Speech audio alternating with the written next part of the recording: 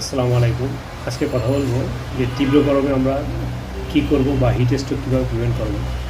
আমরা যারা ঘরের বাইরে বের হই, চেষ্টা করব দুপুর 12টা থেকে বিকাল 3টা পর্যন্ত। এই সময় তাপমাত্রা অনেক বেশি থাকে, এই জন্য এই সময় আমরা যাতে বাইরে বের না হই।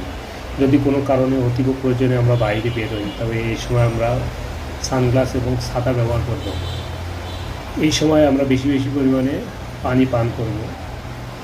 পোশাক পরার ব্যাপারে আমাদের কিছু সচেতনতা অবলম্বন করতে হবে, যেমন সুতির কাপড়ের পোশাক পরব এবং লাইট কালারের পোশাক পরার চেষ্টা করব। কালো, সবুজ বা অন্য ডিপ কালারের পোশাক পরব না, এতে তাপ শোষণ শৈলী বেশি হবে।